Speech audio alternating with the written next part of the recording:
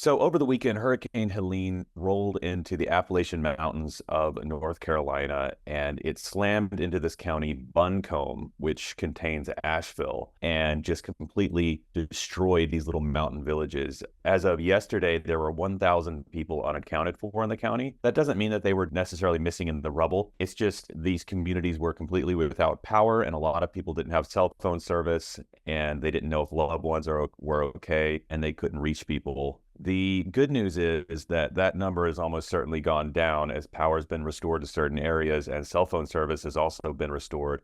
The bad news is that the death toll from yesterday has more than tripled. Yesterday, 10 people were reported dead in the county alone, and now it's 35. And that's about 1/4 of the total deaths from the hurricane in the entire country, which is now up to around 120. And I've been talking to people in Buncombe County, and the scenes that they're describing are just complete wasteland. You have buildings washed away. You have roads washed away. One person I spoke with said they saw bodies floating around. You've had bodies pulled out of trees. And it's still unclear exactly how many people have died, but the number is almost certainly going to go up as rescue teams pull more bodies out of the rubble. A note about the geography of these Appalachian mountain towns. I've been speaking to people who thought they were safe because they lived at high altitude.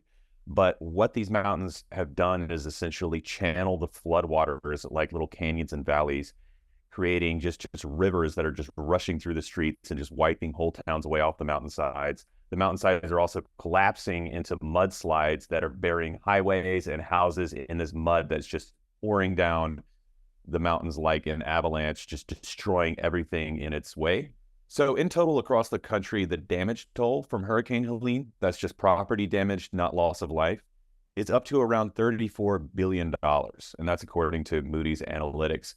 Again, that number is almost certainly going to go up as people get a handle on the sheer destruction that the hurricane has caused as it's just dragged its way across the United States.